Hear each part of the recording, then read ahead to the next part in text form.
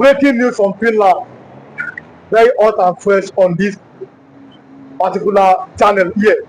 Simon Ekpa, that is the Biafran government in exile.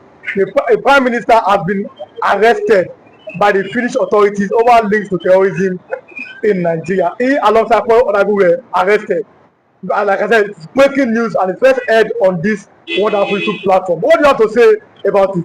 Thank you for that wonderful question. I think the Nigerian government on their own has been able to persuade the Finnish government to make sure that Simon Ekpa is being arrested. And then again, we don't know what the government might have put in exchange for them to make, because all these years the government have been pleading with the Finnish government to make sure Simon Ekpa is being arrested.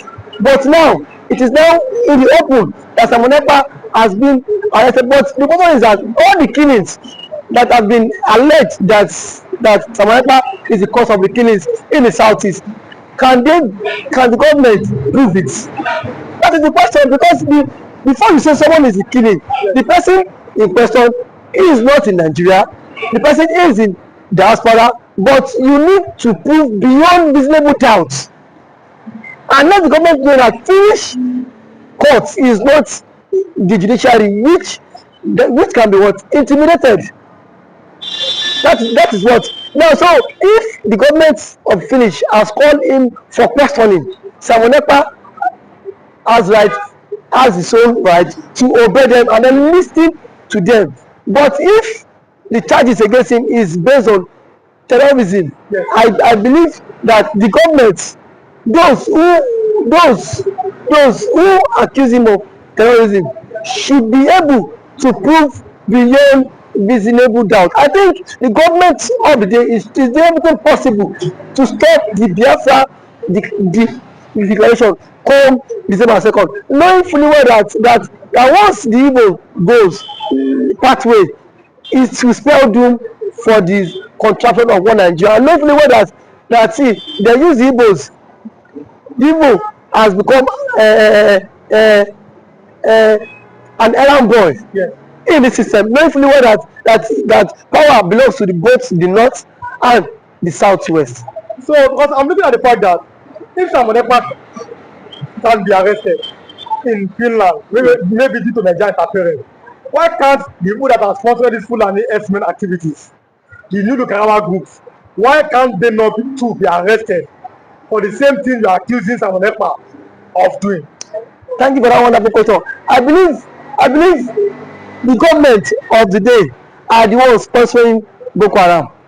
Because if the government is not sponsoring them, why have they not put an end to all this crime happening in Nigeria? Insecurity thrives in every nooks and crannies of the society, but nobody is saying anything towards it. Nobody is saying anything towards it. But now they are only pushing for the arrest of Simon Ekpa for him not to declare the December 2 declaration. That is the only reason.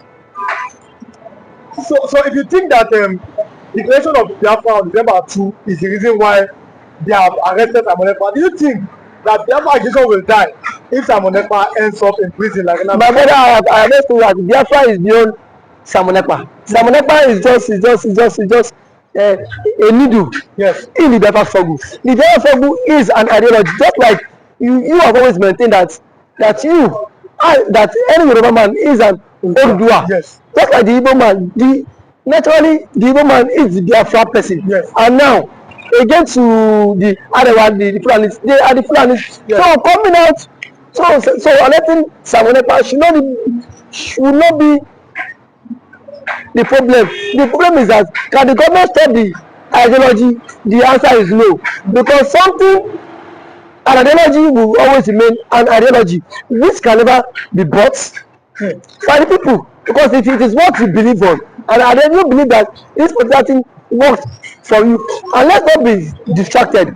Knowing fully well that there was a certain time Simon Ekpa was being arrested, he was called for questioning. After some particular days, he was being released.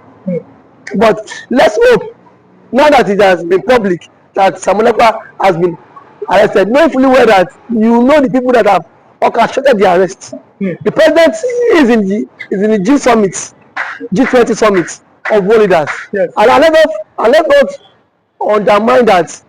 We hope, let's not undermine that he might be brought back to Nigeria, and if he's being brought back to Nigeria, that will spell doom. You know what it means. Yes. Because all the governments of the southeast are his enemy. Most of them will not be pleading for his release, just like the way they are pleading for nnamdikanu. But the question is that if there is no injustice in the country, this young man will not be championing agitation in the country. Something led to something, and his people are being deprived. You arrest nnamdikanu, you arrest this Simon Ekpa now. Tomorrow, someone else will talk about this cause. I think at this point the government need to dialogue, because this issue of Biafra is beyond to individuals. Yeah. It's beyond them. At this point, if you succeed in arresting Ekpa, why don't you reach out to people, dialogue with the elders of the Igbo lands, reach out to them, talk, so that this issue will not escalate. Because if after 34 years, nnamdikanu is still coming out to champion that case, it shows something is happening. Now, even if Ekpa has been arrested, as allegedly reports, yes, by social media, now tomorrow other person will take up the struggle. So taking up the struggle, how many of the Igbos do you want to start? Do you want to continue arresting? How many do you want to arrest? Why don't you at this point kill the ideology? That is only point to end the Biafra. Let's an Igbo man should not see himself as a second-class citizen in Nigeria. Because if they continue to see themselves as a second-class citizen, they will always be yawning. They will always yearn for the Biafra struggle. They would always yearn for the Biafra struggle. And when these men yearn for the Biafra struggle, it will place room for more agitation. It will place room for more conflict. It will pave in for dishonesty in the country. So I think now the government need to balance it now. The government of the day need to balance it, that arresting these agitators is not the problem. The problem is for you to bring in reconciliation into this, just like what Gowan said. He said, no victor, no vanquish.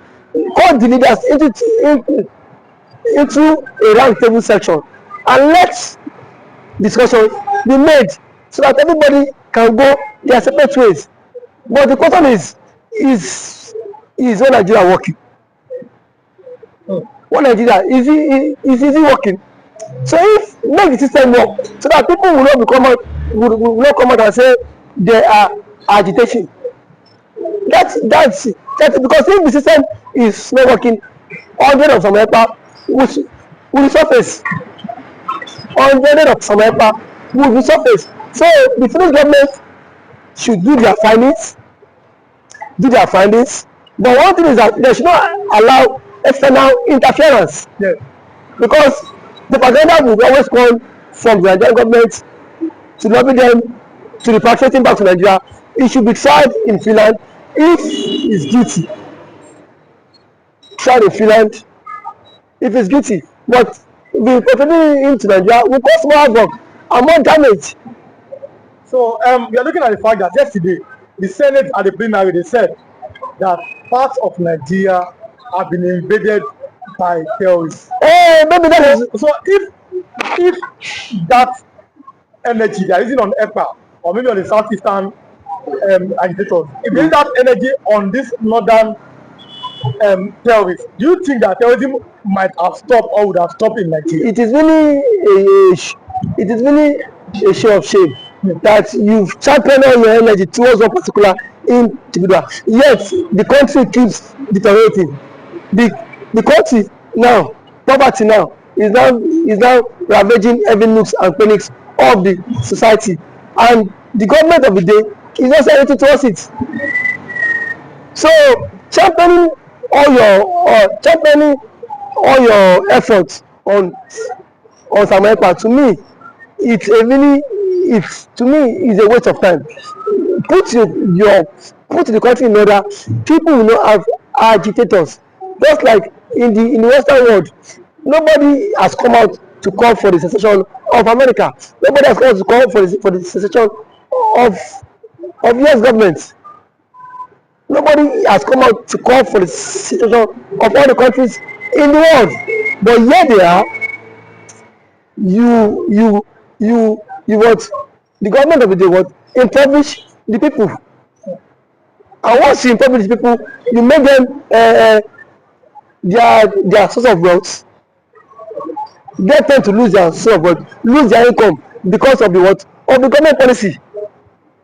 And now you come out to say that one man is the problem of the country. I think the government of his own, I think this government is not being sincere. Is not being sincere. The government of the day is not being sincere. So the accusations leveled against Ekpa, at least that preliminary investigation, says that he may be the one behind the killings, sponsoring the killings in the southeast. And then, but this is the question now. Do you think, in your opinion, as Simon Ekpa, that people say he's trying to find a way for people to be free?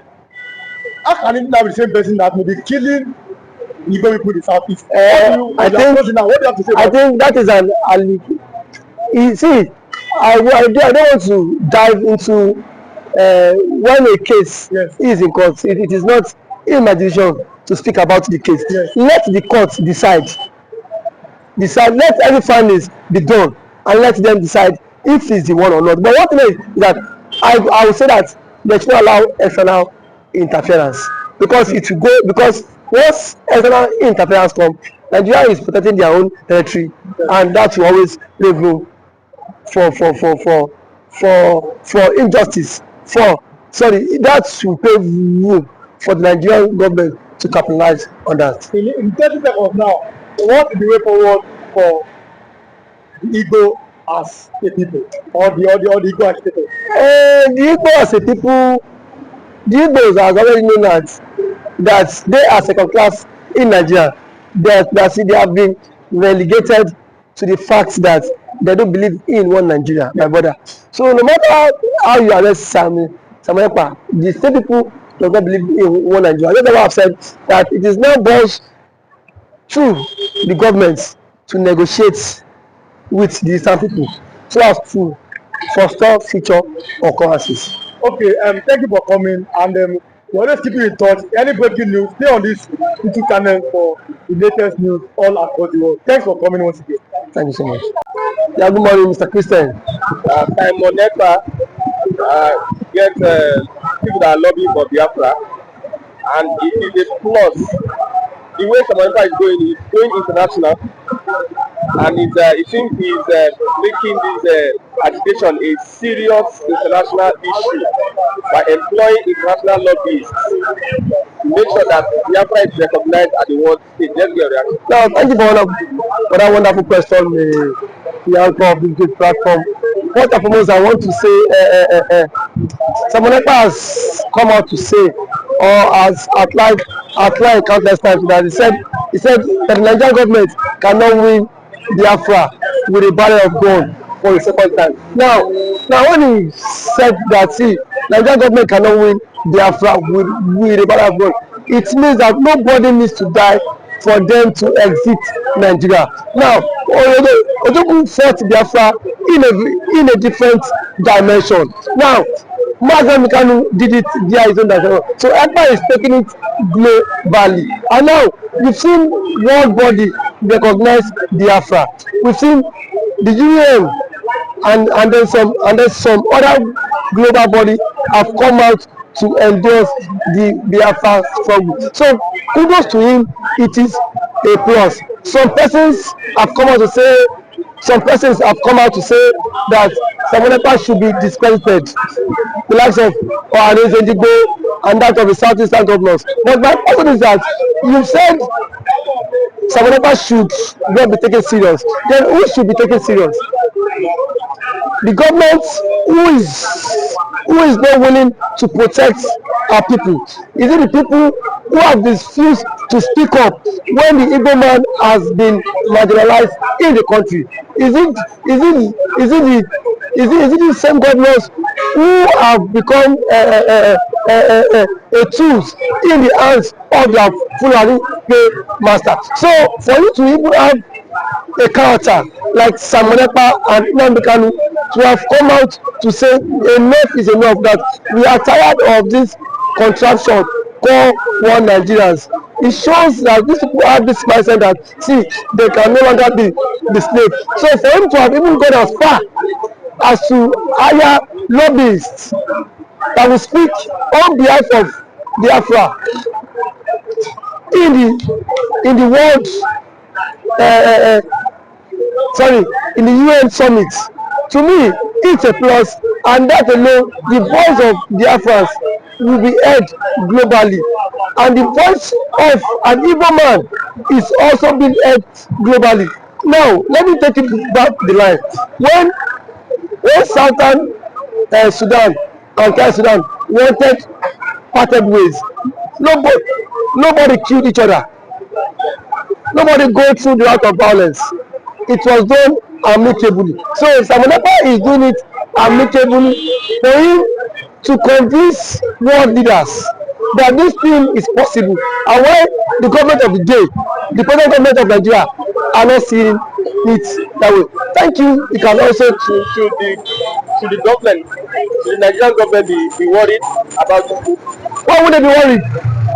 The same people have sent assassins to kill Simon Ekpa. Now only he has escaped. So see, one thing about it is that the government of the day, they are panicking. There's panic. You know what it is now? So a particular tribe, a major tribe, to exit your country. You know how an Igbo man is. You know the investment of an Igbo man is in the country. Now imagine in Nigeria without an Igbo man. Let's just imagine that. I mean, dominance. That means the Hausa man would now dominate virtually every government perspective in Nigeria. So now the reason why the Igbo man is still believe that's Nigeria is because the Igbo man is still in the contraption called Nigeria. But eventually, if the Igbo man leaves, my brother, the Yoruba man will know the true meaning of Nigeria, and then we now know who owns Nigeria. Just like what Angwabula said, he said they are not scared of the Igbos parting, exiting Nigerians. That was what he said. He said they are not scared. Indirectly, that means the other tribe would not have sense of belonging in the country, and we know it. I know it too. And every man now has the spirit of dominance. You cannot dominate him. If a Fulani man has the spirit of dominance, for you to dominate him, it will take ages. In terms of population, you cannot dominate them. So one thing is that Ojukwu have foreseen this whole thing. That was why he championed this Biafra struggle. And now, gradually, it is now becoming a reality in this contraction called Nigeria. Now, there are some